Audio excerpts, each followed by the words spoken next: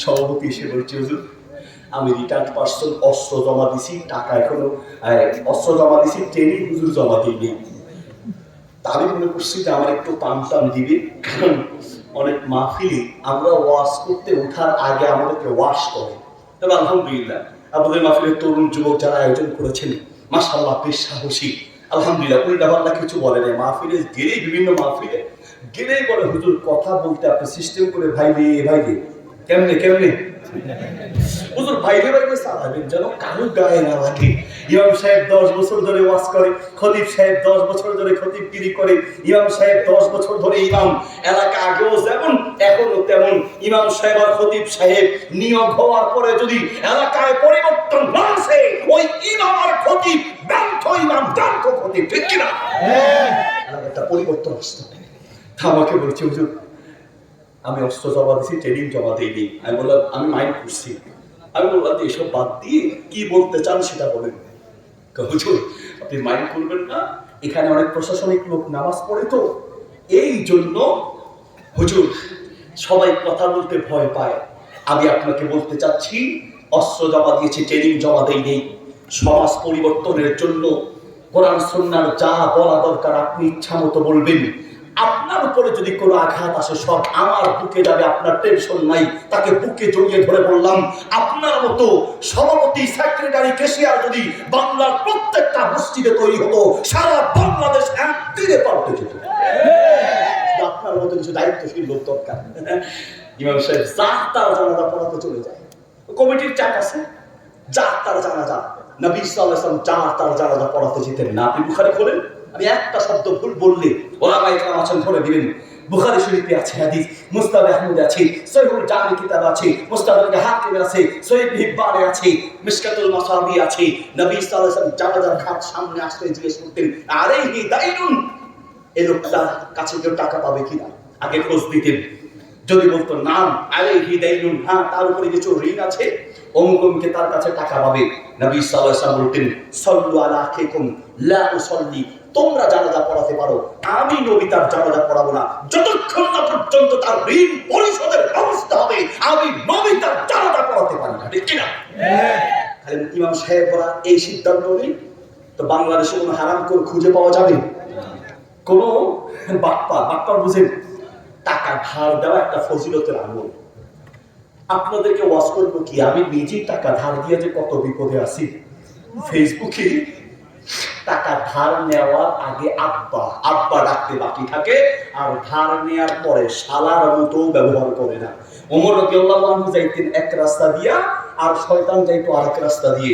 টাকা ধার দেওয়ার পরে আপনি যাবেন এক রাস্তায় আর ও যাবে আরেক রাস্তায়। কথা কি ভুল বললাম? এই হলো বাস্তবতা। ফেসবুকে আমি একটা ভিডিও দিয়েছিলাম, ভিডিওটাতে কিছু একটা হাদিস শুনিয়েছিলাম। নবী সাল্লাল্লাহু আলাইহি ওয়াসাল্লাম বলেন, আত-তারগীব ওয়াত-তারহীব কিতাবে আছে, কিয়ামতের মাঠে আল্লাহ এক বান্দাকে ডাকবে, বান্দা আমি আল্লাহর জন্য তুমি কি করেছো বলো? বলবে আল্লাহ আমি নাজাত আর আপনার ভালোবাসা পাওয়ার জন্য একটা আমল করেছি। কি? আল্লাহ আমার অনেক টাকা পয়সা ছিল, আমি সেই টাকা পয়সাগুলোকে জমিয়ে রাখতাম। যখনই কোনো মানুষ বিপদে পড়তো আমার কাছে আসতো, আমি সুদ দিতাম না, টাকাগুলো ধার দিতাম। নির্দিষ্ট 2 মাস 3 মাসের জন্য ধার দিতাম, ফেরত দিতে পারলে আমি ফেরত নিতাম। কোনো কারণে ফেরত যদি দিতে না পারি তারপরে আমি সময় বাড়িয়ে দিতাম। আল্লাহ আমি মানুষকে টাকা ধার দিতাম শুধুমাত্র আপনাকে খুশি করার জন্য, আপনার ক্ষমা পাওয়ার জন্য। আল্লাহ বলবেন, বান্দা তোমার এই আমলটা আমার খুব পছন্দ হয়েছে, আমি আল্লাহ তোমার জীবনের গুনাহ মাফ করে আমি আল্লাহ নিজ দয়ায় তোমাকে জান্নাতের মেহমান বানায় দিলাম। সুবহানাল্লাহ। এই হাদিসটা দিয়ে বক্তব্যটা ফেসবুকে পেজে আপলোড করেছি। নিচে ভিডিওর নিচে কমেন্ট করেছে অনেক ভাই, হুজুর টাকা ধার দিতে দিতে জীবনটা তেজপাতা হয়ে গেছে হুজুর। হুজুর আর টাকা ধার দেওয়ার এই আমল করা সম্ভব না হুজুর, টাকা ধার দেওয়ার পরে সম্পর্ক নষ্ট হয়ে গেছে। কারণ কিছু মানুষ টাকা ধার নেয় মানে আমোদ প্রমোদের জন্য। টাকার দরকার নাই, নিজে এই যে তামাশা করবে, বিয়েতে মানুষ বেশি খাওয়াবে, মরা খাওয়াবে, মরা 40 আর 30 এগুলো খাওয়াবে, এই জন্য টাকা ধার নেয়। অথচ টাকা ধার নেওয়ার আগে, ঋণ নেওয়ার আগে একবার নয় 100বার ভাবা উচিত। নবী সাল্লাল্লাহু আলাইহি ওয়াসাল্লাম প্রায় নামাজের পরে দোয়া করতেন, আল্লাহুম্মা ইন্নী আউযু বিকা মিনাল মারসামি ওয়াল মাকরাম। আল্লাহ তোমার কাছে ঋণ থেকে পানা চাই। আল্লাহ আমাকে ধার দেওয়া থেকে বাঁচাও, আমাকে ঋণ দেওয়া থেকে বাঁচাও। আর আপনি ভাইয়ের টাকা নিয়ে অমুক থেকে ধার নিছেন, অমুক দোকানদার আপনার কাছে বাকি পাবে, আর আপনি মাশাআল্লাহ কি আরামে আছেন। একজনে ধইরা কয়, বেটা তুই যে টাকা দিলি না, এতদিন দেরি করলে যা, দুনিয়ায় পাইলাম না, আখিরাতে তোর থেকে নিয়ে নিবো। এবার ও কয়, তাহলে তো লম্বা একটা সময় পাইলাম, আমি তো মনে করছি যে 5 বছরের জন্য দিচ্ছি, এখন আখিরাতে নিবা, তাহলে তো লম্বা সময় পাই না। লম্বা সময় পাওয়া নাই, কবরে গেলেই ছেঁচা শুরু হবে, পৃথিবীর কেউ ঠেকাতে পারবে না, ঠিক কিনা? নবী সাল্লাল্লাহু আলাইহি ওয়াসাল্লাম বলেন, কুতিলা সুম্মা উহিয়া, কুতিলা সুম্মা উহিয়া, কুতিলা সুম্মা উহিয়া। একজন ব্যক্তি যদি 3 বার জীবিত হয়, 3 বার শহীদ হয়, 3 বার জীবিত হয়, 3 বার শহীদ হয়, দুনিয়ার সব অপরাধ ক্ষমা হবে, মানুষের 1 পয়সা পাওনা আল্লাহ মাফ করবে না, 1 পয়সা আল্লাহ মাফ করবে না। কাজেই সতর্ক থাকতে হবে। যার তার জানাজা ইমাম সাহেবরা পড়াতে যাবে না। বলতে চাচ্ছিলাম, একজন ইমাম সাহেব, তাকে দায়িত্বশীল হওয়া উচিত। প্রিয় ভাইয়ের আমার, আপনি আমি আমাদের এই কলিজার মধ্যে আল্লাহর জন্য কি করছি একটু চিন্তা ভাবনা করা উচিত। আপনি মাঝে মাঝে মসজিদে টাকা পয়সা দান করেন, এবার ইমামের উপরে আপনি বাহাদুরগিরি দেখান, মসজিদের উপরে বাহাদুরগিরি দেখান। মসজিদের কমিটির যারা দায়িত্বশীল তাদের বিরুদ্ধে আবার আপনারা খেপবেন না, খালি তাদের বিরুদ্ধে বললেই জনগণ খুব খুশি, হুজুর আরো 2 চামচ দেন। আরে বাবা, তারা যে মসজিদের কমিটির দায়িত্বশীল হয়েছে, মাহফিলের কমিটির দায়িত্বশীল হয়েছে, এটা আল্লাহর পক্ষ থেকে নিয়ামত। যাকে তাকে আল্লাহ সেই দায়িত্ব দেন না। বিশ্বাস করেন, কোরআন মাজিদে আল্লাহ তাআলা বলেন, ইন্নামা ইয়া'মুরু মাসাজিদাল্লাহি মান আমানা বিল্লাহ। আল্লাহর প্রতি যাদের ঈমান আছে তারাই মসজিদের দায়িত্ব গ্রহণ করতে পারে। কাজেই তারা ভালো মানুষ, কিন্তু বুঝের ভুল আছে। বুঝের ভুল হলো এই, আমরা মনে করি মসজিদের দায়িত্ব মানে মসজিদের টাইল সুন্দর করতে হবে। এক মসজিদের টাইল সুন্দর করে আরেক মসজিদের কমিটির লোকের গিয়া বাই আপনার ইনজেকশন দেয়, যাই সাইজ টাইলস কারে কয় লাগাইছে ফক করে। বাসায় আর আয়না দেখা লাগে না, মসজিদের ওই টাইলস দেখলেই চলে। আরে না রে ভাই, মসজিদ সুন্দর করা এটাও একটা দায়িত্ব, ঠিক আছে, কিন্তু একদল কমিটির প্রধান দায়িত্ব হচ্ছে মসজিদের মুসল্লিদেরকে সুন্দর করা, মসজিদের ইমাম মুয়াজ্জিন খতিবকে সুন্দর করা, মসজিদের মুসল্লির সংখ্যা বাড়ানো 1 নম্বর দায়িত্ব, ঠিক কিনা? আমার এক দাদা জুমার নামাজ পড়ে প্রতিদিন এইবার একটা লিস্ট নিয়ে দাঁড়িয়ে যেতেন। তিনি দাঁড়িয়ে গিয়ে সভাপতি তো এলাকার মাতবর দাঁড়িয়ে বলতেন, আজকে মসজিদের মুসল্লি কয়জন? 100 জন। এলাকার লোক কতজন? 130 জন। তাহলে 130 জন পুরুষ থেকে 100 জন আসছে, বাকি 30 জন আসে না কেন? কয়েকজনকে মসজিদে নামাজ পড়তে আসে না। ঠিক আছে, চলো কমিটির লোকদেরকে নিয়ে, কয়েকজন মান্যগণ্য মুসল্লিকে নিয়ে চলে যেতেন তার বাড়িতে। মিয়া সাহেব কেমন আছো? আলহামদুলিল্লাহ। মসজিদে আজকে নামাজ পড়তে যাও নাই কেন? যাইনি, একটু কাম ছিল। তোমার কাম ছিল মানে? নামাজ কি আকাম? নামাজ হচ্ছে দুনিয়ার সবচেয়ে বড় কাম।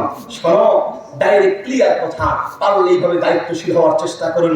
ক্লিয়ার বলে দিতেন, শোনো তুমি মনে রেখো, যদি তুমি আমাদের মুসলিম সমাজে থাকতে চাও, তুমি যদি চাও যে তোমার ছেলেমেয়ের বিয়ে আমাদের ইমাম সাহেব পড়াক, তোমার জানাজা আমরা পড়ি, যদি তুমি চাও নামাজ পড়তে হবে। আর যদি আমাদের মসজিদে নামাজ পড়তে তোমাকে না দেখি, আমাদের মুসলিম সমাজে তোমার স্থান হবে না, তোমার জানাজা আমাদের ইমাম পড়াতে পারবে না, ঠিক কি না? দিনে দেখবেন কিভাবে এলাকা পাল্টে যায়। সেই দায়িত্বশীল কোথায়? সেই দায়িত্বশীল কোথায়? প্রিয় ভাইয়ের আমার, বলতে চাচ্ছি আল্লাহর জন্য কিছু করেন। মসজিদের দায়িত্বশীল গুলো আল্লাহর জন্য কিছু করেন। এই অন্তরে পারেন বা না পারেন চেষ্টা রাখেন, মাঝে মধ্যে কিছু দান করে কি বাহাদুরি আর বাম্পার দেখাই আল্লাহর জন্য কিভাবে করতে হয়, 2-1টা দৃষ্টান্ত দিলে বুঝবেন। আবু বকর রাদিয়াল্লাহু আনহু, ওমর রাদিয়াল্লাহু আনহু সহ সাহাবায়ে কেরাম বসে আছেন। সাহাবীদেরকে লক্ষ্য করে আল্লাহ নবী বললেন, তাসাদ্দাকু লিল্লাহ, ইসলামের জন্য কিছু অর্থের প্রয়োজন, তোমরা সবাই মিলে আল্লাহর জন্য কিছু দান করো। সবাই চলে গেলেন বাড়িতে। বাড়ি থেকে যে যা পারলেন সম্পদ নিয়ে আসলেন। ওমর রাদিয়াল্লাহু আনহু পুরো সম্পত্তিকে 2 ভাগ করে অর্ধেক আল্লাহর জন্য নিয়ে আসলেন। সাহাবায়ে কেরাম বড় অবাক হয়ে গেলেন, পুরো সম্পত্তির 2 ভাগের অর্ধেক আল্লাহ রাস্তায় দান করে দিলেন। ওমরের এই দান দেখে সাহাবায়ে কেরাম অবাক হয়ে বললেন, এত সম্পদ! মনে মনে ভাবলেন এইবার বোধহয় ওমর রাদিয়াল্লাহু আনহু আমলের দিকে 1 নম্বরে চলে যেতে পারে, কারণ অন্যান্য সময় আমলের দিকে সব সময় 1 নম্বরে থাকে আরেকজন সাহাবী, তার নাম কি? আবু বকর রাদিয়াল্লাহু আনহু। সাহাবায়ে কেরাম অপেক্ষা করতে লাগলেন, দেখি আবু বকর আসুক, তার আজকের আমলের অবস্থা কি, কে 1 নম্বরে যায়। সাহাবায়ে কেরাম দাঁড়িয়ে আছেন। কিছুক্ষণ পরে আবু বকর রাদিয়াল্লাহু আনহু আসলেন। আল্লাহর নবী সাল্লাল্লাহু আলাইহি ওয়াসাল্লাম জিজ্ঞেস করলেন, ইয়া আবা বকর মা আবকাইতা লি আহলিক, আবু বকর আল্লাহর জন্য কতটুকু এনেছো আর পরিবারের কাছে কি পরিমাণ সম্পত্তি রেখে এসেছো, কয় ভাগ রেখেছো আর কয় ভাগ এনেছো? আল্লাহর নবী সাল্লাল্লাহু আলাইহি ওয়াসাল্লামের প্রশ্নের জবাবে আবু বকর বললেন, ইয়া রাসূলুল্লাহ আবকাইতু লাহুম আল্লাহ ওয়া রাসূলুহু, আমার পরিবারের কাছে আল্লাহ তার রাসূলকে রেখে আমার সমস্ত সম্পত্তি আল্লাহর জন্য দান করে দিয়েছি। আল্লাহু আকবার। সব আল্লাহর জন্য দিয়েছেন। সেই তুলনায় আপনি কি করেছেন আর আমি কি করেছি? কলিজায় একটা ইচ্ছা রাখেন, রব তোমার জন্য কিছু করতে চাই, এমন কিছু করেন যে কাজটা পৃথিবীর কেউ জানবে না, শুধু আপনি আর আপনার আল্লাহ জানবে। রাজি আছি ইনশাআল্লাহ? ও ভাই, বিশ্বাস করেন, আপনি আপনার ছেলের জন্য করছেন, আপনি আপনার মেয়ের জন্য করছেন, আপনি আপনার বিবি বাচ্চার জন্য করছেন, যার জন্যই করেন, বিশ্বাস করেন এরা সব ধোঁকা, এরা সব ধোঁকা। ওয়ামাল হায়াতুদ দুনিয়া ইল্লা মাতাউল গুরুর। সারা দুনিয়া একটা ধোঁকা। আপনার ছেলে মেয়ে বিবি বাচ্চা সন্তান সন্ততি সব হচ্ছে একটা ধোঁকা। এগুলো সব মাটির নিচে চাপা দিয়ে চলে আসবে।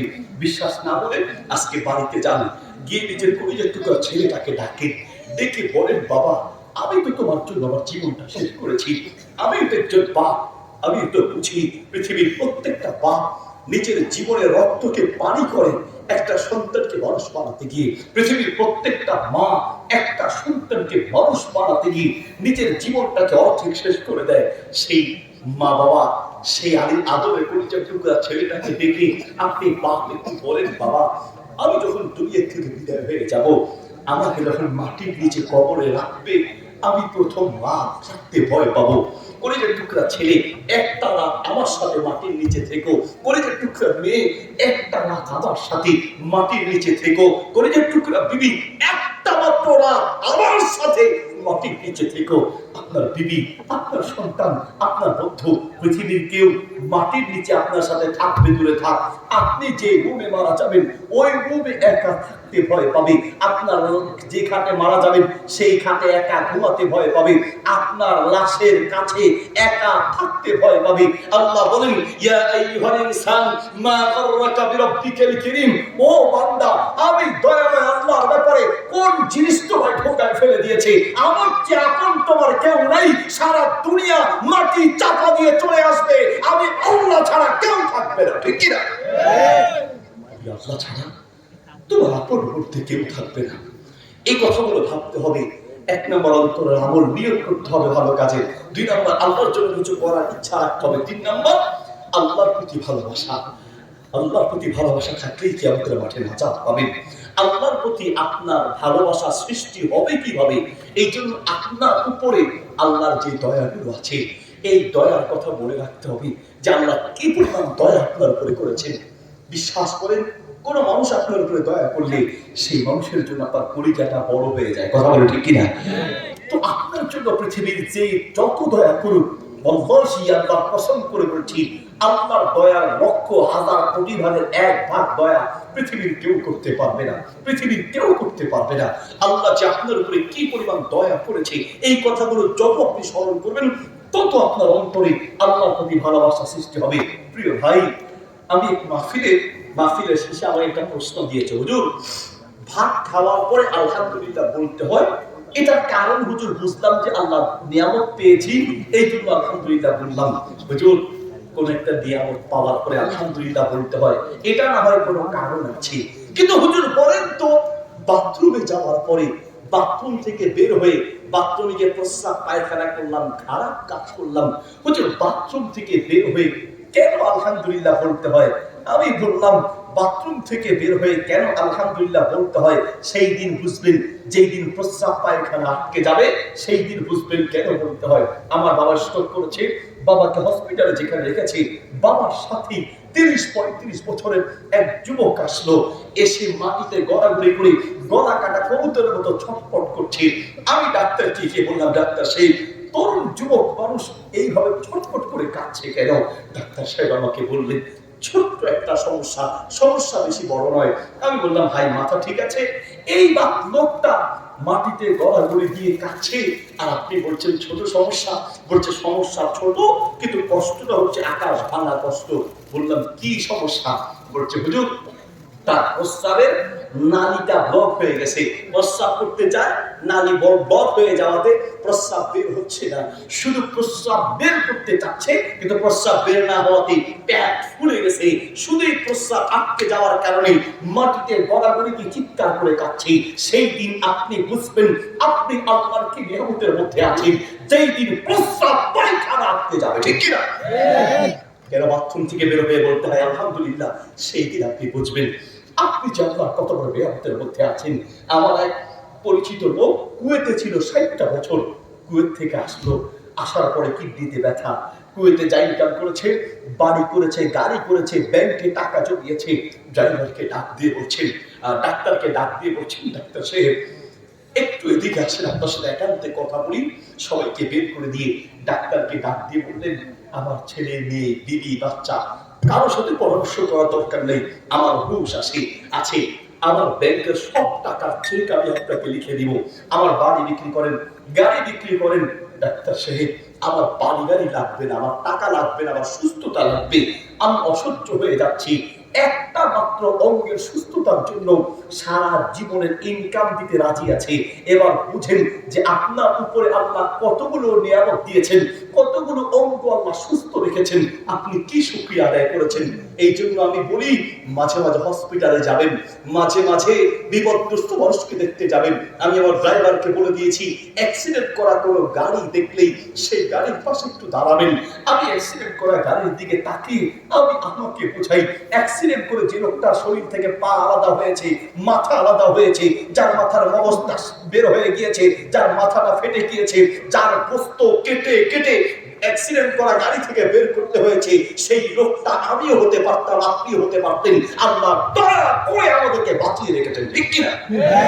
করোনায় যে লোকগুলো বাঁচিত হয়েছে, আর এবারে বিশ্বে মাওলানা গোলাম সরোয়ার সাইদি রাহিমাহুল্লাহ গফরাল্লাহু লাহু, এই যে তিনি চলে গেলেন, মনে আছে তার সেই হৃদয় ভাঙা কথা? পৃথিবীর বহু বেনামাজি যুবককে নামাজি বানিয়েছে, যার হৃদয়ের ভালোবাসা সেই কথা। যুবক, তুমি এখনো নামাজে যাও না, এখনো তুমি মসজিদে যাও না, মসজিদের দরজাগুলো বন্ধ হয়েছে।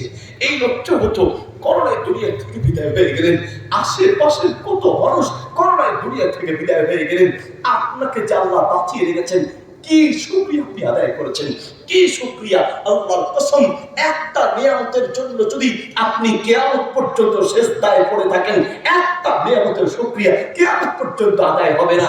আল্লাহ বলেন দুঃখ করে, ইন্নাল ইনসানা লিরাব্বিহি লাকানুত।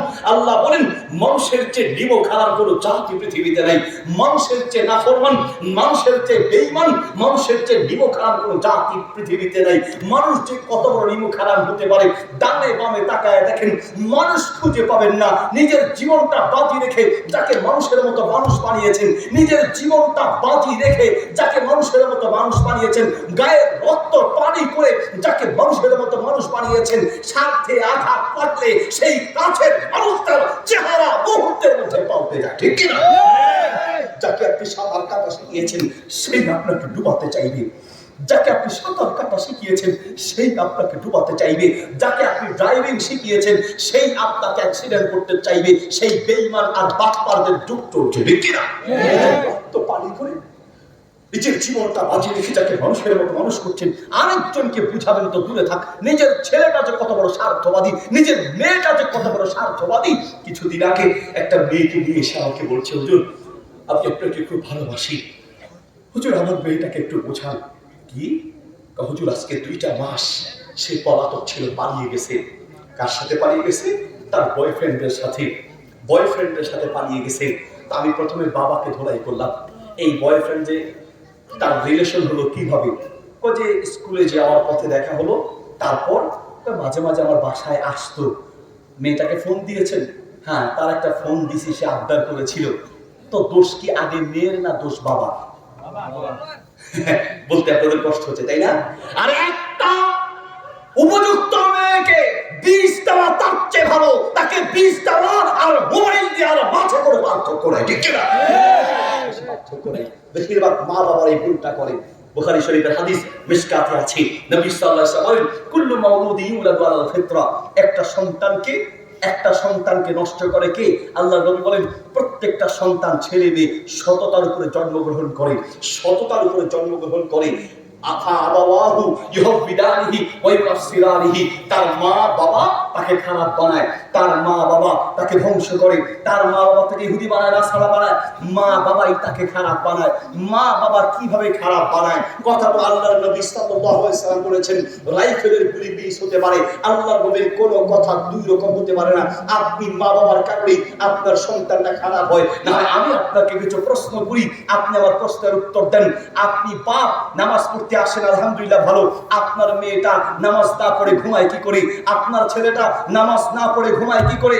আমার বড় ছেলে একটা বক্তব্য আপনারা হয়তো অনলাইনে শুনেছেন, ও প্রায় কথাটা বলে, আপনি অযোগ্য বাপ, আপনি অযোগ্য মা, আপনার সন্তানকে আপনি বলেন, বাবা তাড়াতাড়ি ঘুমাও, সকালে অঙ্কের টিচার আসবে, বাবা তাড়াতাড়ি ঘুমাও, সকালে ইংরেজির টিচার আসবে, বাবা তাড়াতাড়ি ঘুমাও, সকালে স্কুলে যেতে হবে। আপনি অযোগ্য মা আর বাবা সন্তানকে সকালে স্কুলের কথা বললেন, অঙ্কের কথা বললেন, ইংরেজির কথা বললেন। আপনি অযোগ্য বাপ, একবারও বলেন নাই, বাবা তাড়াতাড়ি ঘুমাও, সকালে ফজরের নামাজ পড়তে হবে, ঠিক কি? আপনি অযোগ্য না হলে তো কে অযোগ্য হবে? আপনি যে কত বড় নিমুখ হারাম তো আপনি প্রথমে করেছেন, এরপরে আপনার সন্তান করেছে। আপনি কেমনি নিমুখ হারাম আমি প্রমাণ দিয়ে চাই। আপনি রাগ করবেন, হুজুর আপনাকে টাকা দিয়ে দিয়েছি। যুবক ভাইয়েরা রাগ করবে, হুজুর আপনাকে এত পরিশ্রম কষ্ট করে হাদিয়া তোফা দিয়ে দিয়েছি আর আপনি আমাদেরকে অপমান করছেন। আমি আপনাদেরকে নয়, আমি আপনাকেও বলছি, আমি তো নিমুখ হারাম। আল্লাহর জন্য যেভাবে করা দরকার সেভাবে আপনি করেন, তাই আমিও করতে পারিনি। কিয়ামতের মাঠে আল্লাহ যখন জিজ্ঞেস করবে, মাযা আমিলতা ফিয়া, বান্দা বলো আমার জন্য কি করেছো, সেই দিন আপনি কি জবাব দিবেন আর আমি কি জবাব দিব? আমরা যে কত বড় নিমুখ হারাম। আল্লাহ বলে, বান্দা ওয়াজআলনা নাওমাকুম সুবাতা, বান্দা তুমি যখন রাতের বেলা ঘুমাতে গিয়েছো, শোনো আমি আল্লাহ তোমার উপরে দয়া করে তোমাকে ঘুম বানিয়েছি। ওয়াজআলনা, আমি দিয়েছি, নাওমাকুম, তোমাদেরকে ঘুম, সুবাতা, আরামদায়ক, কষ্ট দূরীকরণ ঘুম আমি আল্লাহ দিয়েছি। পৃথিবীর কোন মানুষের হাতে ঘুম নাই। বিশ্বাস করেন, আমি আলহামদুলিল্লাহ মাহফিলের উসিলায় এবং আমার গার্মেন্টস আছে, আমার গার্মেন্টসের ব্যবসার উসিলায় শত শত হাজার কোটি টাকার মালিকদের সাথে আমরা উঠা বসা করি। আমাদের উপলব্ধি হলো, যার টাকা পয়সা যত বেশি তার ঘুমের কষ্ট তত বেশি, যার টাকা পয়সা যত কম তার ঘুমের কষ্ট তত কম। বহু শত হাজার কোটি টাকার মালিক আছে, হুজুর ঔষধ খাই, ঘুমের ঔষধ, তাও ঘুমাইতে পারি না, কারণ ঘুম মানুষের হাতে নাই। সুখ শান্তি ঘুম আরাম মানুষের হাতে আর টাকা পয়সা সম্পদে নাই, শান্তি আল্লাহর পক্ষ থেকে আসে, ঠিক না? তারপরে বান্দা ওয়াজআলনা নাওমাকুম সুবাতা, আমি আল্লাহ দয়া করে তোমাকে ঘুম বানিয়েছি। তুমি রাতে ঘুমাতে গিয়েছো 11টা 12টা 1টা 2টা 3টা 4টা 5টা, বান্দা আমি আল্লাহ তোমাকে 7 ঘন্টা আরাম দিয়েছি। আমি আল্লাহ তোমাকে 7 ঘন্টা আরাম দিলাম। আর বান্দা তুমি শুধুমাত্র আমার জন্য ফজরের নামাজের সময় 20 মিনিট সময় দিবে, 20 মিনিট।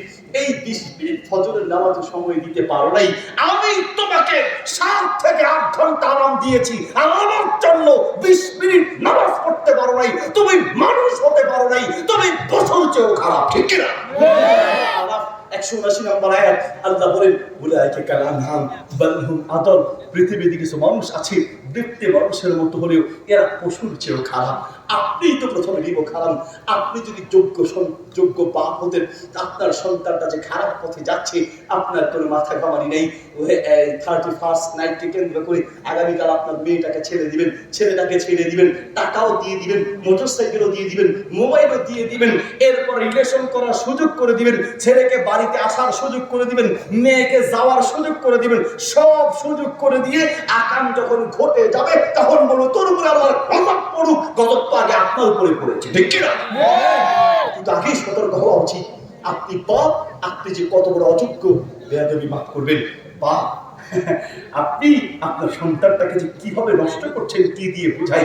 দোস্ত, পাওনাদার টাকা পাবে, জানলা দিয়ে দেখছে, দেখে ছেলেকে ডাক দিয়ে বলছি, বাবা দিকে আসো, কি হয়েছে? ওই যে তোমার আঙ্কেল আসতেছে, টাকা পাবে, দরজা খুলে তোমার আঙ্কেলকে বলবা আমার আব্বা ঘরে নাই। বলছে আব্বা কোথায়? আব্বা কোথায়? এই মিথ্যা তাকে কে শিখাইল? বাবা। দরজা খুলে ছেলেটা দেখছে আঙ্কেল আসছে, জিজ্ঞেস করছে, আঙ্কেল জিজ্ঞেস করছে, চাচা ভাতিজা তোমার বাবা কোথায়? তোমার বাবাকে খুঁজতে আসছি। আমার আব্বা বলছে আমার আব্বা ঘরে নাই। ছোট মানুষ তো কি বলবে? এইভাবে বাচ্চারা চাকরি নষ্ট করছেন। আচ্ছা বলেন, কোন স্কুলের বইতে পড়ে ছেলেমেয়েরা গালি কি স্কুলের বইতে পড়ে শিখে? মাদ্রাসার বইতে পড়ে বাচ্চারা গালি শিখে? কে গালি শিখায়? অধিকাংশ সন্তান গালি শিখে তার বাবা মার মুখ থেকে, পরিবারের মুখ থেকে, অথবা সমাজের মানুষের মুখ থেকে গালিগুলো শিখে। ঠিক কিনা? চট্টগ্রাম এক বাপ তার ছেলেকে ডাকতেছে আমার ফলাইয়া, ছেলে আবার বাপরে বলতেছে তুমি আমার ফলা কি লেখা?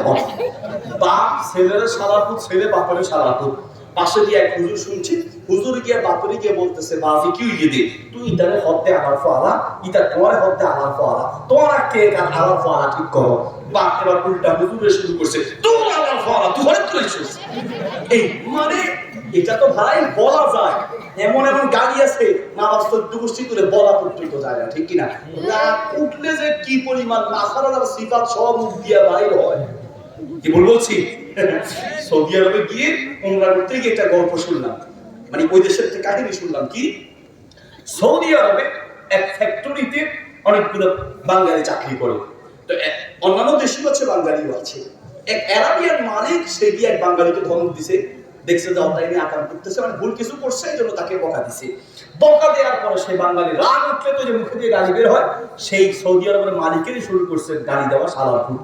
এখন সে তো আর সালারপুর বুঝে না, কিন্তু দাঁত কামড়ায় বলছে এমনি বলছে, তো মালিক সন্দেহ করছে কি রে এবার দাঁত কামড়ায় বললো ঘটনা কি? সে মুখস্থ করছে আরাবিয়ান, তো সে ওর ভাষায় কালারপুর কালারপুর মুখস্থ করছে। পরের দিন গেছে গিয়ে এক বাঙালিকে বলতেছে, ভাই কল আলিয়া হুকাল বাঙালি সালারপুর মা মানা হাদা, ভাই আমার তোমার এক বাঙালি ভাই সালারপুর বলছে, এই সালারপুর অর্থ কি? ও তো সালারপুর এভাবে আমাদের মতো মাকড়া সব বলতে পারে না, ওর মাকড়ার মতো সালারপুর মা মানা সালারপুর। এখন সে কতক্ষণ চিন্তা করে সালারপুর এটা আবার কি? এটা বড় চিন্তা করলো যে না, এটা তো আমার বাঙালি ভাই ছাড়া আর কেউ বলার কথা না, এটা তো বাংলা ভাষা হয়তো ওর সিস্টেমে বলতেছে। তো পরে আরাবিয়ানদের বুঝাইতে গিয়ে মনে মনে চিন্তা করে, আমি যদি বলি যেটার অর্থ গালি, তাহলে বাঙালি যা আছে সব শেষ হয়ে যাবে। বাহরাইনে একজনের অপরাধের কারণে ওই দেশের সব ইমাম মুয়াজ্জিন একসাথে বের করে দিয়েছে, একসাথে যা ইমাম মুয়াজ্জিন ছিল বাহরাইন থেকে সবগুলোকে দেশে পাঠিয়ে দিয়েছে। এখনো অনেক বাঙালি বিপদে আছে শুধু একজনের অন্যায়ের কারণে। সে চিন্তা করছে এটার আসল অর্থ যদি বলি তো তার তো চাকরি যাবে, বাঙালি যা আছে আমি সব বিপদে পড়বো। তো সেখানে ডাকিয়ে বলছে, সেখানা ইন্নাল হামিদাকা ওয়া দারাকা মা সাব্বা, তোমার এই গালি দেয় নাই, তোমার জন্য দোয়া করছে, দোয়া দোয়া তোমার প্রশংসা করছে আর দোয়া করছে। মা মানাহু অর্থ কি? অর্থ হলো গরিব পয়সাওয়ালা। আমাদের দেশে যারা খুব পয়সাওয়ালা তাদেরকে সালারপুত বলে, তো মানে তুমি যে পয়সাওয়ালা এই জন্য তোমার সালারপুত বলছে। তো সে খুব আফসোস করলো। আরবদের একটা ভালো গুণ হচ্ছে, আরবরা কোনো ভুল যদি বুঝতে পারে যে আমি ভুল করছি, তারপরে সে ক্ষমা চায় এবং সে নিজের ভুলটাকে স্বীকার করে। আর আমরা বাঙালিদের স্বভাব হলো ভুল করার পরেও স্বীকার নাই, উল্টা আরো চোরের মার বড় গলা কই কইছে তো কি ছেড়া, ঠিক কি না? মানে বাম্পার দেখায় উল্টা। তো সে যেহেতু ভুল করছে, সে পরের দিন যে গালি দিছে তার কাছে গেছে মাপ চাওয়ার জন্য, গিয়ে বলতেছে, ভাই রে আখি আল আজিজ আনতা কুলতা আনতা হামিদতানি ওয়া কুলতা লি খালাতুক, তুমি গতকালকে আমার প্রশংসা করছো, ওয়া দাউতালি আর আমার জন্য দোয়া করছো, আমার সালারপুত বলছো, আমি আসলে না বুঝে বলিত আরেকটা তোমার উপর রাগ করছি। তুমি মনে করছো আসলে আমি একা পয়সাওয়ালা না, আমার বাপ দাদা চোদ্দ গোষ্ঠী সব সালারপুত ছিল, আমি একা সালারপুত না। তো বলতে চাচ্ছিলাম যে আমাদের রাগ উঠলে মাথা ঠিক নাই, মানে যেখানে যা মুখে দিয়ে আসে। বাপ আপনাকে বলছি, একটা সন্তানকে মানুষ বানানোর জন্য আপনাকে অবশ্যই সতর্ক হওয়ার চেষ্টা করতে হবে। রাগ খুব বেশি হয়ে যাচ্ছে, ছেড়ে দিব নাকি? শেষ করে দিব? মেয়েটাকে নিয়ে গেছে হুজুর, আমার মেয়েটা আজকে 2টা বছর সে পালা গেছে ছেলের সাথে। হুজুর আবার মান সম্মান মাটির সাথে মিশে গেছে। বাপকে যখন ধোলাই করলাম, নিয়ম আপনার মেয়েটার সাথে ছেলেটা যখন সাক্ষাৎ করতেছে, দেখা করতেছে, কথা বলতেছে, তখনই তো উচিত ছিল আপনার তাকে থামানো। তো যাক, ভুল হয়েছে। মেয়েটাকে দেখে বললাম, আচ্ছা তুমি যে যাওয়ার পরে তোমার মা বাবার অপমান হবে এটা বুঝতে না? হ্যাঁ বুঝি। তো তোমার যদি অপমান হয়, তোমার মা বাবা রাগ করে, যে হুজুর আমি বলছি বিয়ে দিতে, তারা রাজি হয়নি। তো বিয়ে দিতে রাজি হয়নি ঠিক আছে, কিন্তু তাই বলে তুমি এভাবে পালায় যাবা? সুযোগ পাইলে হুজুর আবার যাবো, আপনি বুঝাই বলেন, নাকি সুযোগ পাইলে আবার যাবো। তা আমি বললাম, ঘটনা কি? তুমি কি পেয়েছো ছেলেটার কাছে? এমন কি পেয়েছো যে নিজের মা বাবা সব ছেড়ে আমার ছেলেটার কাছে যেতে চাচ্ছ? কি পেয়েছো? পরিচয় কবে দিন? তা আমাকে বলবো যে পরিচয় হলো বেশি না, 3 থেকে 4 মাস, মানে বিয়ের 3 থেকে 4 মাস আগে পরিচয়। 3-4 মাসে এমন কি পেয়েছো যে মা বাপ সব ছেড়ে চলে যেতে চাচ্ছ? নিমক হারাম কাকে বলে? মেয়েটা বলতেছে, ছেলেটা আমাকে খুব কেয়ার করে। কেয়ার করা বুঝেন? আপনারা বুঝবেন না, মুরব্বীরা বুঝবেন না, পোলাপাইন বুঝবে। খুব কেয়ার করে, খুব কেয়ার মানে খুব খেয়াল রাখে, খুব খেয়াল রাখে। গান শোনায়, মেসেজ দিয়ে দিয়ে খোঁজ দেয় কিছুক্ষণ পর পর। আহা কি মজা! ব্যবহার আমার এদিকে ভালো করে শুনেন, শুনুন, মাথায় ঢুকার কথাগুলো মাথায় ঢুকানোর চেষ্টা করুন। আমি মেয়েটাকে বললাম, মাত্র 3-4 মাসের পরিচয়ে তুমি বলছো সেই ছেলেটা তোমাকে খুব কেয়ার করে, আর 15-16টা বছর যেই মা বাপ রক্ত পান করেছে সেই মা বাপ কেয়ার না করলে দুনিয়ার বুক দেখার কথা না, ঠিক কিনা? নিমক হারাম কাকে বলে? মানুষ খুঁজে পাবেন না, যত দিন যাচ্ছে তত নিমক হারাম পাচ্ছে। মাসালা জিগায়, হুজুর মা বাবারে না জিজ্ঞেস করে ভাইয়া গেলে হুজুর এরপর যদি মা বাবা রাজি করাইতে পারি তাহলে তো হুজুর অসুবিধা নাই। আমি যদি বলি অসুবিধা নাই, সে খুব খুশি। বুঝেন নাই মনে হয়? মানে মা বাপকে না জানায় যদি কোনো মেয়ে বিয়ে বসে যায় বা কোনো ছেলে বিয়ে করে ফেলে, প্রায় প্রশ্ন এই বিষয়ে আসে। আমি বলি, তুমি তোমার মা বাপকে না জানিয়ে বিয়ে করার সিদ্ধান্ত নেওয়ার মানে হচ্ছে তোমার মধ্যে মনুষ্যত্ব বোধ নাই। তুমি মানুষ হতে পারো নাই, তুমি মানুষ হতে পারো না। শোনাও, রাত তো অনেক হয়ে যাচ্ছে, বলবো নাকি? আব্দুল ইবনে ওমর রাদিয়াল্লাহু আনহু তিনি কাবার এক পাশে দাঁড়িয়ে আছে, আর একজন যুবক, এই ছেলেরা তোমাদের পক্ষে পরে বলুন, ফলাফল খেয়ে গেছে এখন এদিকে।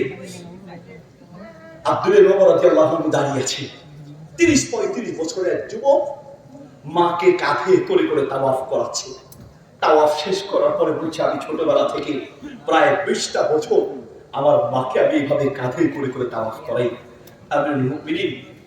আমি যে 20টা বছর ধরে মাকে এইভাবে তাওয়াফ করাচ্ছি এবং আমার কাঁধে করে করে মাকে বয়ে বেড়াচ্ছি, আপনি বলুন তো আমি আমার মায়ের হক আদায় করতে পেরেছি কিনা? আব্দুল ইবনে ওমর রাদিয়াল্লাহু আনহু বলেন, আমি তোমাকে তাওয়াফ করাতে দেখে খুব আনন্দিত হয়ে তোমার দিকে তাকিয়ে আছি যে তুমি মায়ের মাশাআল্লাহ খুব ভালো খিদমত করছো, কিন্তু তুমি যেটা বললা এটা কি বললা? মায়ের হক আদায় করেছো?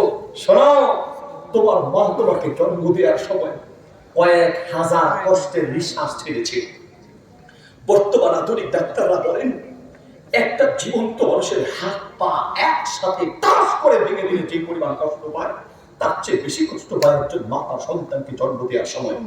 আব্দুল ইবনে ওমর রাদিয়াল্লাহু আনহু বলেন, তুমি তোমার মা তোমাকে জন্ম দেওয়ার সময় কয়েক হাজার কষ্টের নিঃশ্বাস ছেড়েছে, তুমি যদি কিয়ামত পর্যন্ত তোমার মাকে কাঁধে করে বয়ে বেড়াও, একটা নিঃশ্বাসের হক কিয়ামত পর্যন্ত আদায় করতে পারবে না। আল্লাহু আকবার, আল্লাহু আকবার, নিঃশ্বাসের হক আদায় করতে পারবে না। এখন ছেলের বউরা ছেলেদেরকে হিসাব দেখায়, দেখছো গত মাসে তোমার মা বাবা কত টাকার ওষুধ গেছে, কত টাকার ওষুধ মাসে যায়, সব কি তোমাকে দিতে হবে? আমাদেরকে প্রশ্ন জিজ্ঞেস করে, হুজুর মা বাবার সব খরচ কি আমি একা দেওয়া আমার দায়িত্ব? প্রশ্ন জিজ্ঞেস করে। ছেলের বউরা হিসাব দেখায়, তোমার মা বাবার এত রোগ দুনিয়ার কাউরে আমি দেখি নাই, মাসে কত টাকা যায় হিসাব করো। বৌমা তুমি হিসাব মিলাচ্ছ, বৌমা তুমি কি হিসাব মিলাতে পারবে? শোনো, পৃথিবীর প্রত্যেকটা মা, পৃথিবীর প্রত্যেকটা বাপ অসুস্থ হয় তার সন্তানকে মানুষ বানাতে গিয়ে। আপনি ঘুমিয়েছেন, আমি তো ঘুমাই, আধা ঘন্টা পরে কাঁচা ঘুম ভেঙে গেলে কেমন লাগে? মাথা খারাপ হয়ে যায়, মাথা ব্যথা শুরু হয়। ডাক্তাররা বলেন যে টানা কমপক্ষে 6 থেকে 8 ঘন্টা ঘুমাতে হয়, তাহলে একটা মানুষ সুস্থ থাকবে বেশি দিন। একজন মা সন্তান জন্ম দেওয়ার পরে এক রাতও ঠিক মতো টানা 6 ঘন্টা ঘুমাতে পারে না। ঘন্টায় যে কতবার ঘুম থেকে জাগ্রত হয়, ঘুম ভেঙে যায়। প্রত্যেকটা মার বাপ অসুস্থ হয় তোমার স্বামীকে মানুষ বানাতে গিয়ে, ঠিক কিনা? সেই মানুষ পাও, সেই স্বামী পাওয়ার পর আজ তুমি হিসাব মিলাচ্ছ। শোনো বৌমা, আজ যা তুমি করছো আগামীতে তোমার ছেলের বউ তোমার সাথে তার চেয়ে খারাপ আচরণ করবে। শাশুড়ি অন্ধ, চোখে দেখে না। বৌমা একেবারে শুয়ে পা টান করে শুয়ে মোবাইলে গেমস খেলছে। শাশুড়ি অন্ধ, পিঠ চুলকাচ্ছে, বলছে বৌমা পিঠে যেন কি পড়ছে, একটু চুলকায় দাও। বৌমা রাগ করে বলে পিছনে আসেন, পিছনে আসতে চুলকায় দিব। যে শোয়া থেকে উঠবে এতটুকু তার ভদ্রতা নাই। শাশুড়ি অন্ধ, পিছনে আসতে আসতে বৌমা ঠিক পায়ের কাছে চলে আসলো। বৌমা পা দিয়ে শাশুড়ি পিঠটা চুলকায় দিল। শাশুড়ি তো আর বুঝে নেই, শাশুড়ি তো অন্ধ, বুঝে নেই যেটা পা দিয়ে চুলকেছে না হাত দিয়ে চুলকেছে, বুঝে নেই, কিন্তু আরাম পাইছে। বৌমা তো বেয়াদব, পা দিয়ে চুলকেছে।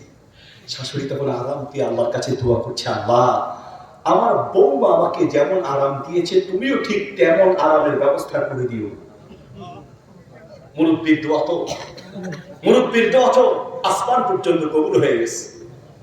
কয়েক বছর পরে শাশুড়ি মারা গেল, এই বৌমা শাশুড়ি হলো, ছেলেকে বিয়ে করালো। বৌমা আসলো, দেখে শুনে দিনদার মুখটাকে একেবারে ভালো মাদ্রাসার মেয়ে বিয়ে করিয়েছে। বৌমা আসলো, আসার পরে এই শাশুড়িও তো তিনি বুড়ো হলেন।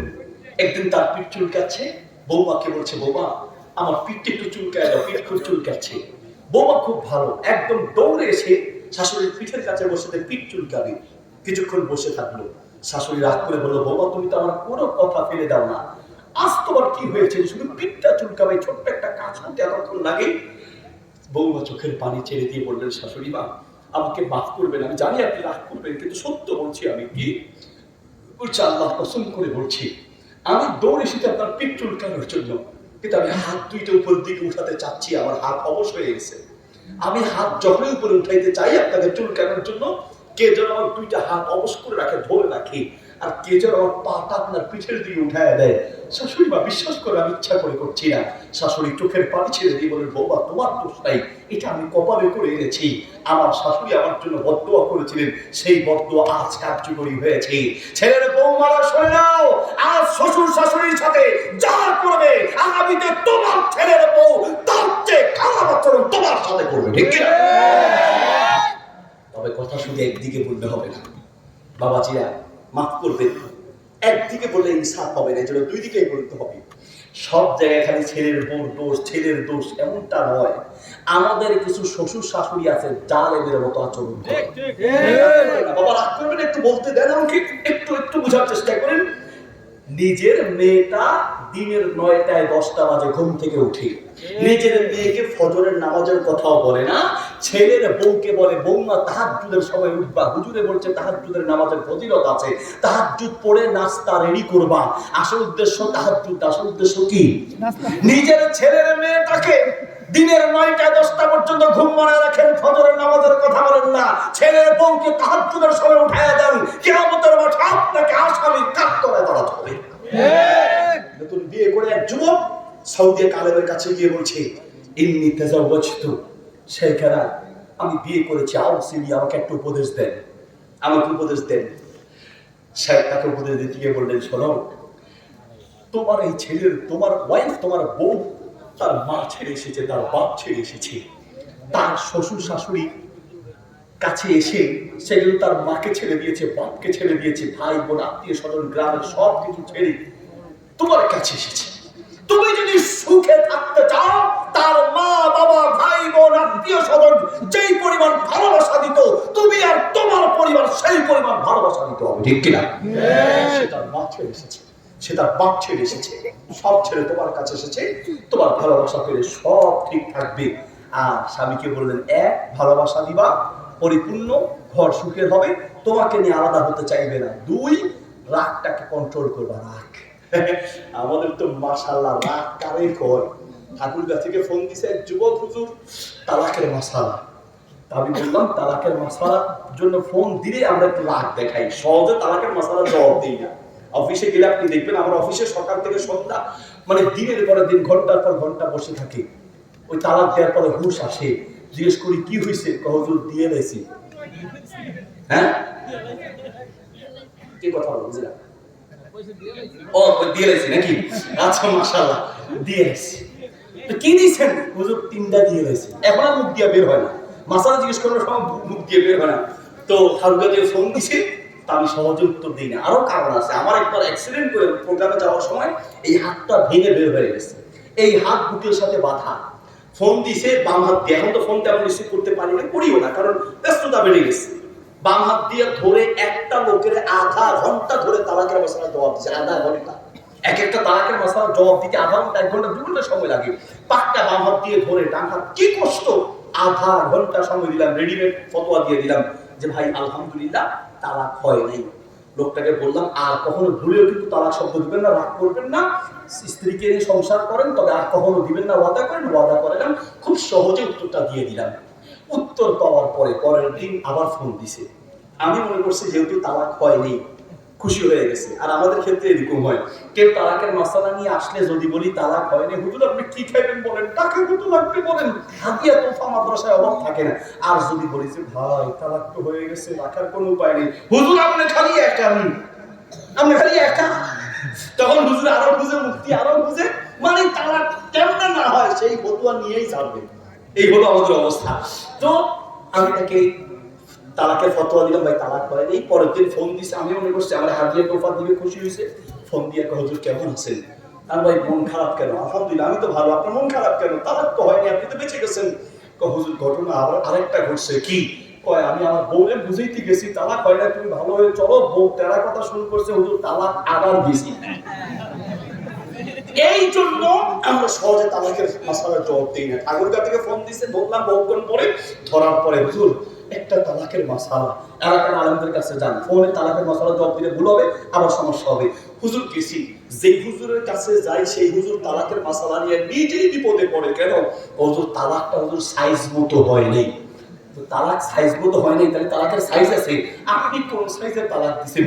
হুজুর তালাক দেওয়ার সময় রাগ বেশি উঠছে, তো তালাক দিতে গিয়ে বলছি তোরে তালাক, তোর মারে তালাক, তোর আব্বারে তালাক, তোর 14 গোষ্ঠীর তালাক, তোর 100 200 300 না দিছি।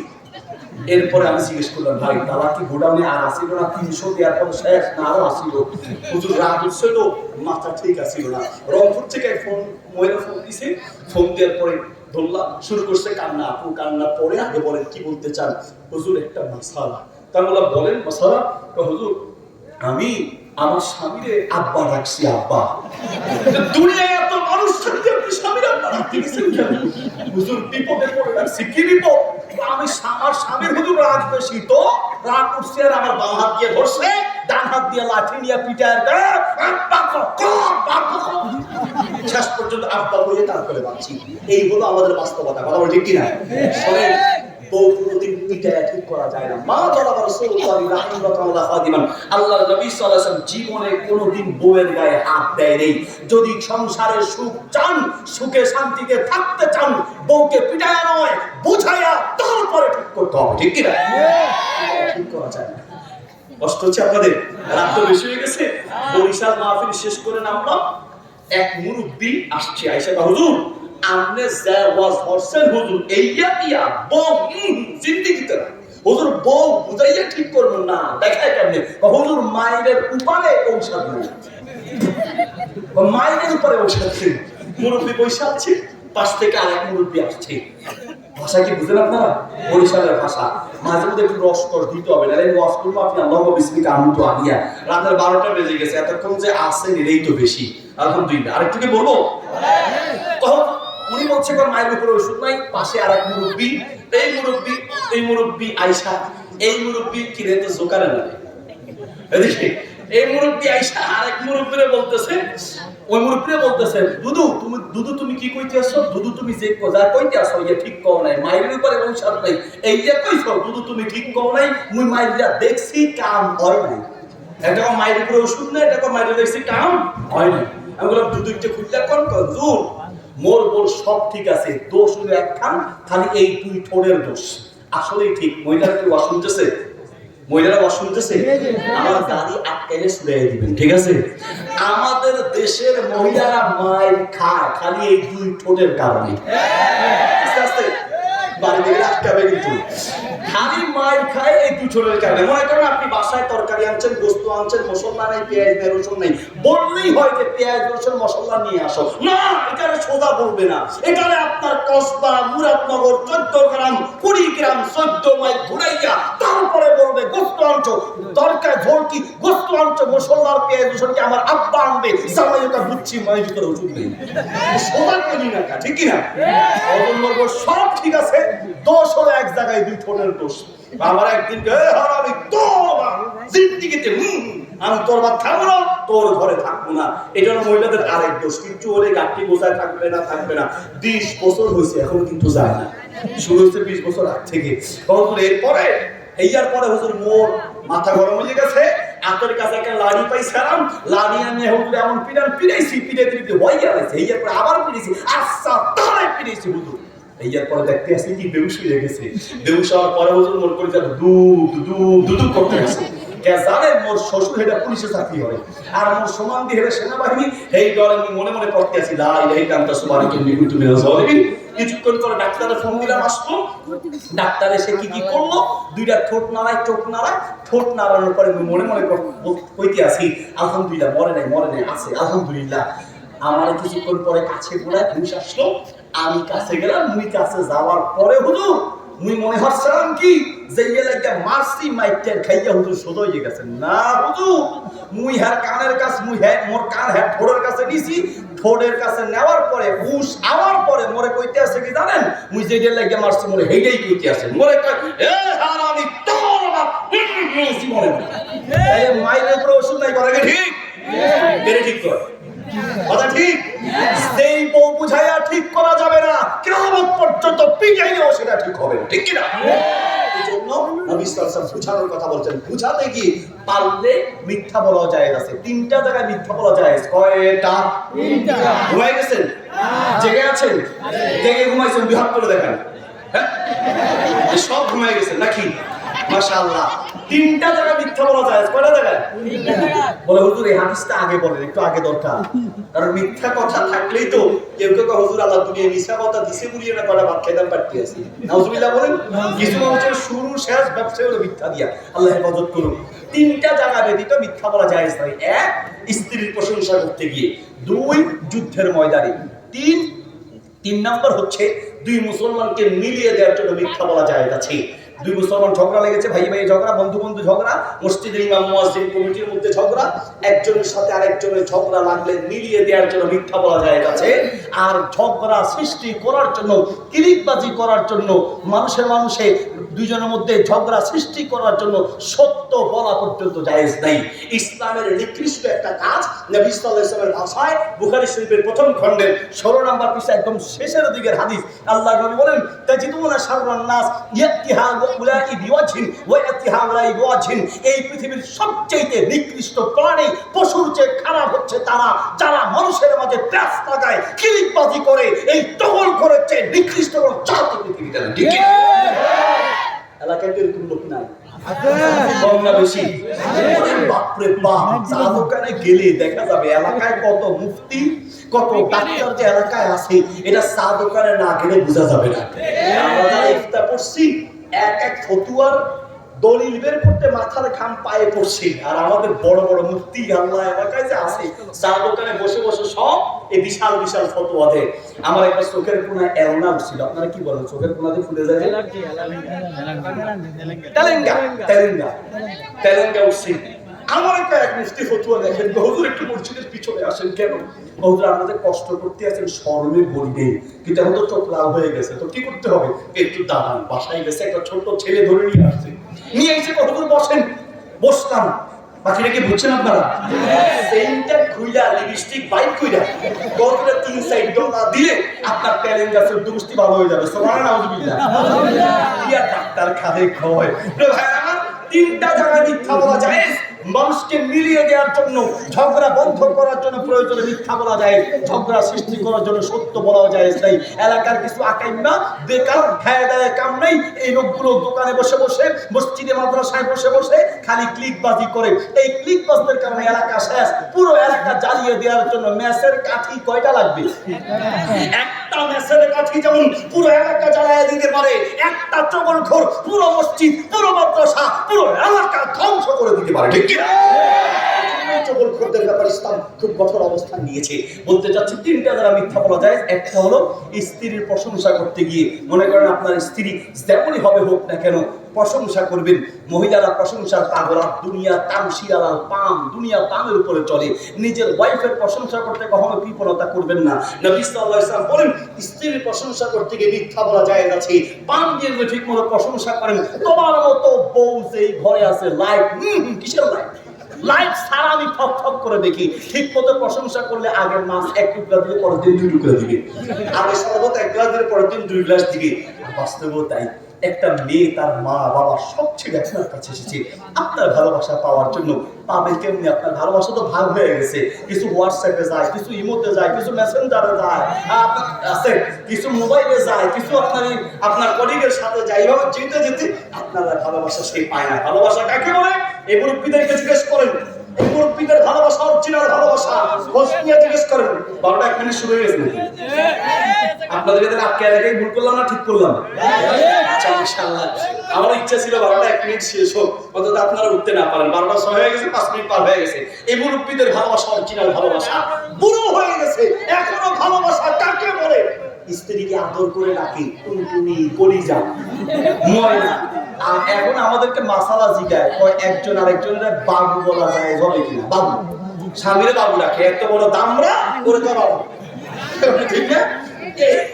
ভালোবাসা অরিজিনাল ভালোবাসা মুরব্বীদের খোঁজ নিয়ে দেখেন। দাদা মারা গেলে কিছুদিন পরে দাদিও মারা যায়, দাদি মারা গেলে দাদাও মারা যায়, বেঁচে থাকলেও আধা মরা হয়ে থাকে। কারণ কলিজার ভালোবাসা আছে, একজন আরেকজনকে ছেড়ে থাকতে পারে না। একজন মারা গেলে আরেকজন মারা যায়, বেঁচে থাকলেও চেহারার দিকে তাকালে বোঝা যায় এই লোকটার সঙ্গিনীকে দুনিয়া থেকে হারিয়েছে। প্রিয় ভাইয়েরা আমার, বলতে চাচ্ছিলাম স্বামী স্ত্রীর ভালোবাসা যদি পরিপূর্ণ পেতে চান তাহলে রাসূলের সুন্নাহগুলোকে অনুসরণ করার চেষ্টা করতে হবে। প্রিয় ভাই, বলছিলাম নিমক হারামের যুগ চলছে, নিমক হারামের যুগ। স্ত্রীর জন্য নিজের জীবনটাকে বাজি রেখে করছেন, সেই স্ত্রী পর্যন্ত আপনার কদর বুঝে না। স্বামীর জন্য স্ত্রীর জীবনটাকে বাজি রেখে করছে, স্বামী তার কদর বুঝে না। সন্তানের জন্য মা বাপ করছে, মা বাপ তার কদর বুঝে না। নবী সাল্লাল্লাহু আলাইহি ওয়াসাল্লাম বলেন, মান লাম ইয়াশকুরিন নাস লাম ইয়াশকুরিল্লাহ। যে ব্যক্তি মানুষের কৃতজ্ঞতা আদায় করে না, সে আল্লাহর কৃতজ্ঞ হতে পারে না। কাজেই আমরা আমাদের এই পরিচয় আল্লাহর প্রতি ভালোবাসা যদি রাখতে চাই, আল্লাহর ভালোবাসা পেতে চাই, তো মানুষকে ভালোবাসতে হবে। ইরহামু মান ফিল আরদ ইয়ারহামকুম মান ফিস সামা। যদি আসমান ওয়ালার ভালোবাসা চাও, জমিন ওয়ালার প্রতি ভালোবাসো, জমিন ওয়ালার প্রতি রহম করো। আল্লাহ তাআলা আমাদের অন্তরে ভালোবাসা দান করুন। আল্লাহর ভালোবাসা, আমিন।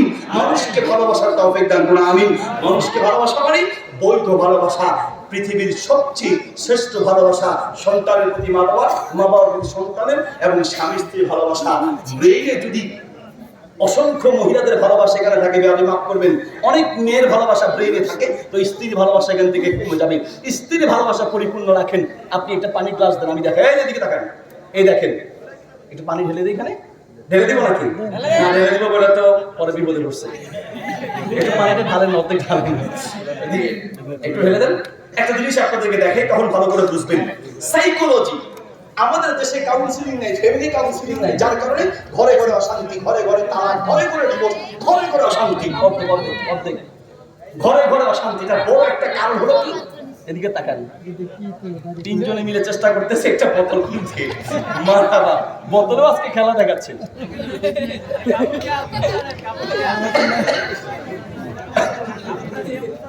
ওই আর শক্তিশালী কেউ নাই? আচ্ছা, মত দেখবেন।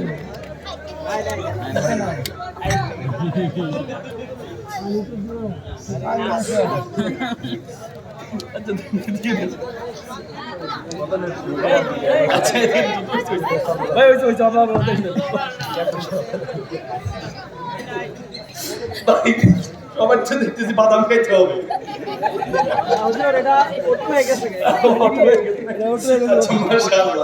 এই যে ভাই, পানি এতটুকু আছে, দেখা যায় পানি কতটুকু আছে? এতটুকু, তাই না? এই জায়গাটা কি আছে? খালি নেই, এখানে অক্সিজেন আছে। এই জায়গাটা বাতাস আছে, বাতাস অক্সিজেন, যারা সায়েন্সে তারা বুঝবে। খালি কিছু নেই, এখানে কি আছে? অক্সিজেন আছে, তাই না? এখন এই পানিটা যদি পুরো থাকতো, অক্সিজেন কি এখানে ঢুকতে পারতো? পারতো না। আমরা যদি আমাদের ব্রেইনের কোনো অংশ ভালোবাসার দিক থেকে খালি রাখি, ঠিক আছে, তাহলে সেখানে হারাম ভালোবাসা ঢুকবে। এবার পোলাপাইন তো সব বলবে, বাবা আমারটা তো পুরোই খালি, ঠিক না? আমারটা পুরো খালি না। এই জন্য আজকে বাড়িতে গিয়ে যারা যুবক উপযুক্ত হয়েছ, তৌফিক আছে বিয়ে করার, বাড়ির দিকে চৌকি কাটা শুরু করবা। চৌকি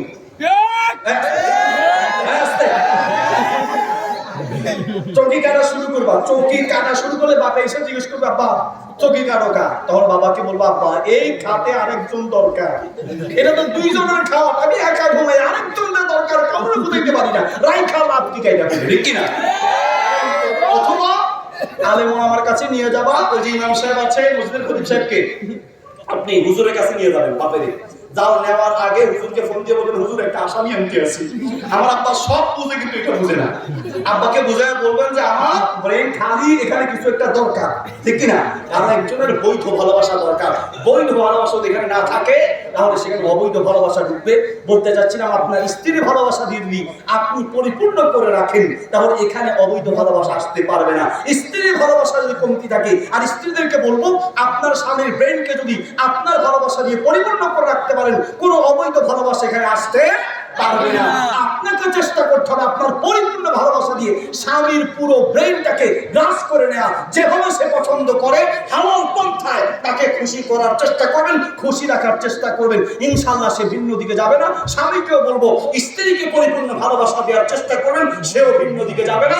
আর যাদের বিয়ে করার এখনো তৌফিক হয় নাই, খালি আব্বা বিয়ে করান বললেই হবে না। দোয়া করতেছি, দোয়া করতে করতে চোখের পানিতে বুক ভাসায় গেছি। ছেলে ছোট ভাই জিজ্ঞেস করে, ভাইয়া এত কান্না, এত দোয়া কার জন্য? কয়, আমার জন্য কোনো দোয়া নাই, তোর জন্য সব দোয়া। কি দোয়া? আল্লাহ যেন তোর একটা সুন্দরী দিনদার ভাবি মিলাইয়া দেয়। সব দোয়া কি ওর জন্য? জিজ্ঞেস করে, বড় হয়ে কি হবা? বড় হয়ে আমি জামাই হবো। বড় হয়ে বাবারে কি দিবা? বাবারে আমি সুন্দর নাতিপতি দিব। বড় হয়ে কি করতে চাও? বড় হয়ে আমি বিয়ে করতে চাই। মানে বড় মাথা যে বিয়ে করছে, বিয়ে ছাড়া কিচ্ছু বোঝে না। শোনো ভালো করে, বিয়ে করার জন্য ইসলাম বলে, ইয়া আহলা শাবাব, হে যারা যুবক আছে শোনো, মানিস্তাতা মিনকুমুল বাআতা, যাদের বিয়ের যোগ্যতা আছে তাদেরকে বিয়ে করার জন্য বলেছে। বিয়ে করতে যোগ্যতা লাগে। বল হুজুর আছে তো, আমি তো জিম করি, শক্তি আছে মাশাআল্লাহ। খালি শারীরিক শক্তি নয়, অর্থের শক্তি লাগবে। ইনকাম যদি না থাকে, বউ দরজা না পেলে জানালা দিয়ে পালাবে, ঠিক কিনা? এই জন্য যোগ্যতা অর্জন করতে হবে, ইনকাম করতে হবে। যদি ইনকাম না থাকে, যোগ্যতা না থাকে, সমানে রোজা, রোজা ছাড়া বিয়ের নাম উঠে নেওয়া যাবে না। খালি সমানে রোজা রাখবেন, রোজা রেখে রেখে নিজের নদীর যে ঢেউ আছে, এই ঢেউটাকে দমায় ফেলতে হবে, তারপরে নিজেকে নিয়ন্ত্রণ করতে হবে। প্রিয় বন্ধুরা, বলতে চাচ্ছি, যখন আপনি আপনার ব্রেইনটাকে পজিটিভ দিয়ে ভরে দিবেন, নেগেটিভ কিছু আসবে না। নেকি দিয়ে, দ্বীনি চিন্তা নিয়ে, ভালো চিন্তা দিয়ে ভরবেন, সেখানে খারাপ কোনো চিন্তা আসতে পারবে না। ব্রেইনকে খালি রাখা যাবে না। বেয়াদবি মাফ করবেন, যুবকদের মাফের জন্য বলছি, হস্তমৈথুনে আসক্ত বেশিরভাগ যুবকেরা। আমাদের অনেক যৌন ডাক্তার আমাদের বন্ধু হিসেবে আছে, বলে হুজুর একটু ছেলেদেরকে বুঝাবেন, তারা যেন হস্তমৈথুন থেকে, মাস্টারবেশন থেকে নিজেকে বাঁচিয়ে রাখে। বেয়াদবি মাফ করবেন, মুরব্বীরা আছে, তারপরে বলতে চাচ্ছি, এদের জীবনকে রক্ষার জন্য বলতে বাধ্য হচ্ছি। শোনো, হস্তমৈথুন, পর্নোগ্রাফি, খারাপ ভিডিও দেখা, এগুলোর সবচেয়ে বড় এক নম্বর কারণ হচ্ছে একা একা ঘুমানো। কোন রুমে ছেলেকে একা ঘুমাতে দিচ্ছেন, দরজা লাগাতে দিবেন না। যদি একাই ঘুমাতে হয়, দরজা লাগাতে দিবেন না। যখন তখন আপনি বাসায় রুমে আসা যাওয়ার চেষ্টা করবেন, তাকে নীরবে একা থাকতে দিবেন। শয়তান সেখানে যাবে এবং খারাপ কাজ করতে উদ্বুদ্ধ করবে। তুমি যদি পর্নোগ্রাফিতে আসক্ত হয়ে থাকো, মাস্টারবেশন, হস্তমৈথুনে আসক্ত হয়ে থাকো, বেয়াদবি মাফ করবেন, বুঝার জন্য বলছি, তাহলে অবশ্যই তোমাকে একা থাকা উচিত নয়।